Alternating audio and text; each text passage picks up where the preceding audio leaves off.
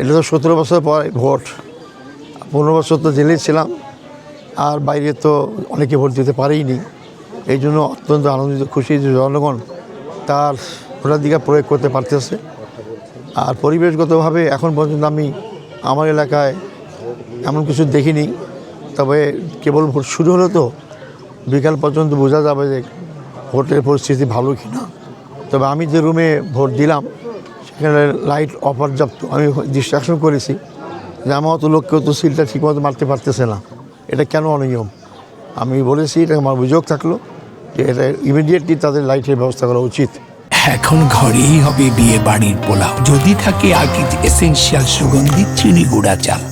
প্রশাসন নিরপেক্ষ পুরো বলবো না, কারণ গতকালকে অনেক অঘটন ঘটার চেষ্টা করেছে। আমি ওসিকে বলার চেষ্টা করেছি, কিন্তু রেসপন্স করেনি।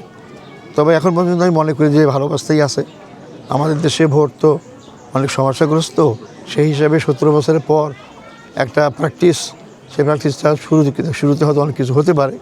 এই জন্য আমি মনে করি সার্বিকভাবে এখন পর্যন্ত ভোট দেওয়া পর্যন্ত ভালোই মনে হচ্ছে।